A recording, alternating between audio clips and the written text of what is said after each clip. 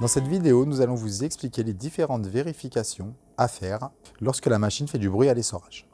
Donc la première étape consiste à vérifier le bon serrage des contre-écrous. Donc les contre-écrous et l'écrou qui se trouve en partie supérieure du pied. Donc il suffit de prendre une clé de 17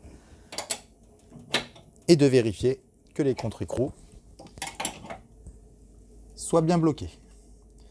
Donc les contre-écrous sont bien bloqués, cela nous indique que les pieds sont bien stables. Donc il faudra penser à vérifier les deux contre-écrous qui se trouvent sur les pieds à l'avant de l'appareil, ainsi que les deux contre-écrous qui se trouvent sur les pieds arrière. Puis, il va falloir retirer le top. Donc pour cela, il suffit de dévisser les deux vis qui se trouvent en partie supérieure, à l'aide d'un tournevis cruciforme, puis de tirer sur le top. Ensuite, il va falloir penser à vérifier le serrage du contrepoids supérieur pour les modèles équipés. Donc pour cela, il suffit de prendre une clé emmanchée ou une clé à cliquet, un embout de 10, et de vérifier que les contrepoids soient bien serrés et bloqués en butée.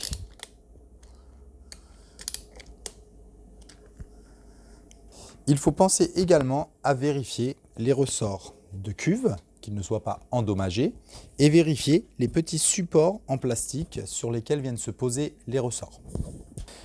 Puis vérifier le bon serrage du distributeur d'eau. Donc pour cela, il suffit de retirer le tiroir à détergent et vérifier que le distributeur d'eau est correctement fixé. Dans le cas où le distributeur d'eau n'est pas complètement fixé et où vous n'arrivez pas à bloquer la vis, il faudra soit remplacer le distributeur d'eau, car cela nous indique que les pas de vis du distributeur d'eau sont sans doute endommagés, ou alors mettre des vis d'un diamètre supérieur pour bloquer le distributeur complètement. Donc il va falloir également penser à vérifier le bon serrage des contrepoids qui se trouvent à l'avant de l'appareil. Donc pour cela, il va falloir démonter la façade avant. Alors, je vais vous expliquer comment démonter cette façade avant.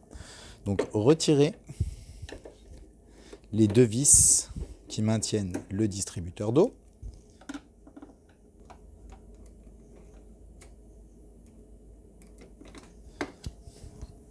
Puis retirez les vis qui se trouvent sur la partie supérieure du bandeau. Tirez légèrement sur le bandeau.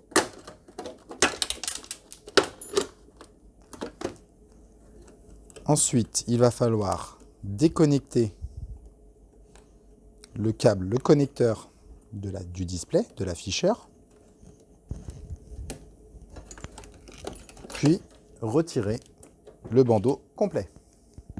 Donc ensuite, il va falloir enlever le collier de la manchette. Donc il suffit d'ouvrir le hublot, de prendre la pince LG pour retirer les colliers de manchette, de positionner les deux embouts dans les deux petites encoches du collier, d'écarter et de retirer le collier.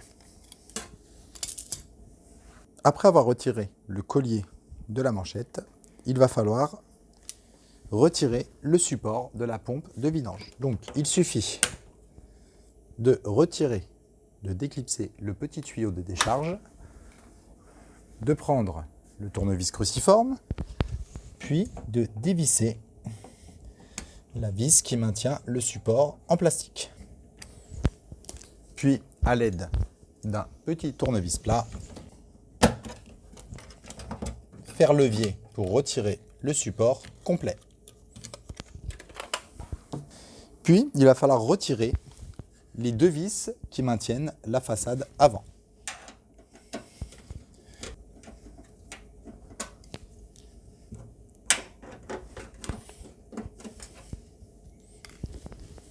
Puis retirer les trois vis en partie supérieure qui maintiennent la façade avant.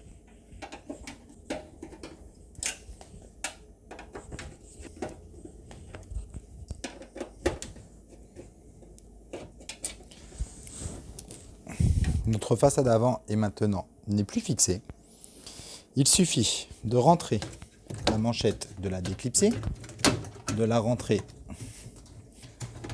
à l'intérieur, puis la façade se déclipse. Puis il va falloir enlever le connecteur de la sécurité de porte, puis soulever la façade avant pour la retirer. Donc voilà, nous avons maintenant accès aux deux contrepoids avant. Donc première vérification, vérifier que les contrepoids ne soient pas fissurés. Deuxième étape, à l'aide d'une clé emmanchée en bout de 10, vérifier le bon serrage des contrepoids avant. Bien penser à bloquer les vis.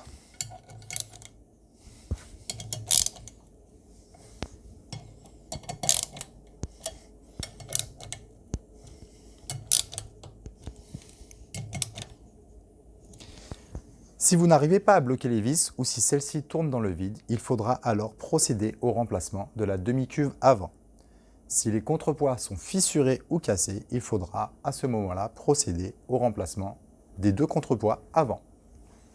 Après avoir vérifié l'état et le bon serrage des 8 vis des contrepoids, il va falloir vérifier les amortisseurs. Donc première vérification, appuyer sur la cuve et voir si l'amortisseur amortit bien. Deuxième vérification, vérifier l'état des goupilles et si les goupilles sont correctement enfoncées. Surtout, vérifier que les petites tétines qui maintiennent les goupilles ne soient pas endommagées. Il faudra effectuer la même vérification sur l'amortisseur qui se trouve de l'autre côté. Donc vérifier l'amortisseur, puis vérifier que les goupilles soient correctement mises en place et que les petites tétines en plastique qui maintiennent l'amortisseur ne soient pas endommagées. Donc ensuite, il va falloir penser à vérifier l'état du rotor et de ses aimants et l'axe du tambour. Donc pour cela, il suffit de prendre une clé de 17, de desserrer la vis de la poulie. À noter que lors du premier démontage de la poulie, la vis peut être un petit peu difficile à enlever. Donc dans ce cas, il faudra prendre une clé emmanchée, bloquer le tambour et mettre un léger coup de marteau pour pouvoir enlever la vis plus facilement.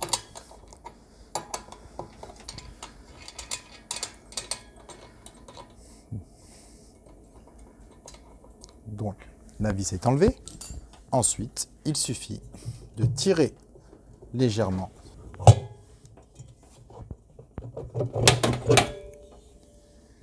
Cela nous permet de contrôler l'état des aimants. Donc bien vérifier que les aimants ne soient pas fissurés ou fendillés. Vérifier également que tous les aimants soient bien présents et qu'un aimant ne soit pas décollé. Puis vérifier l'axe des dents.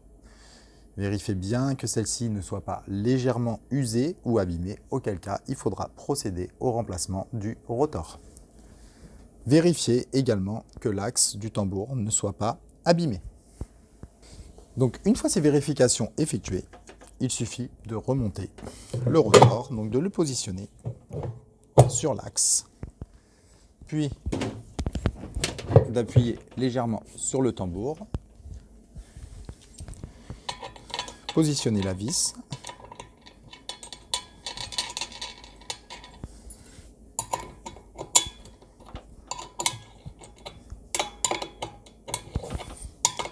puis de resserrer la vis jusqu'en butée. Donc maintenir le rotor et bloquer la vis complètement. À noter qu'il est préconisé de mettre du frein filet sur la vis de la poulie avant remontage. Donc après avoir effectué toutes ces vérifications, il va également falloir vérifier que la traverse avant soit correctement serrée en vérifiant les 4 vis, puis vérifier que les supports sur le côté soient correctement riftés et que la vis à l'avant soit bien serrée. Vérifier également sur la traverse inférieure que les rivets ne soient pas cassés et que la traverse soit correctement fixée, auquel cas il faudra refixer cette traverse à l'aide de vis ou de rivets. Vérifier également le bon serrage de la pompe de vidange.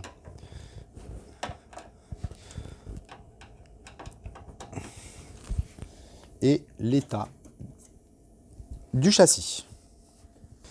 Le dernier point à vérifier est l'état du tambour. Donc vérifier que les aubes soient correctement fixées et vérifier que le tambour tourne bien droit et ne soit pas voilé. Si vous constatez que le tambour est voilé ou déformé, il faudra procéder au remplacement du tambour. Puis remonter l'appareil dans le sens inverse des étapes de démontage. Donc voici toutes les vérifications à effectuer lorsqu'une machine à laver LG fait du bruit à l'essorage. Bonne journée!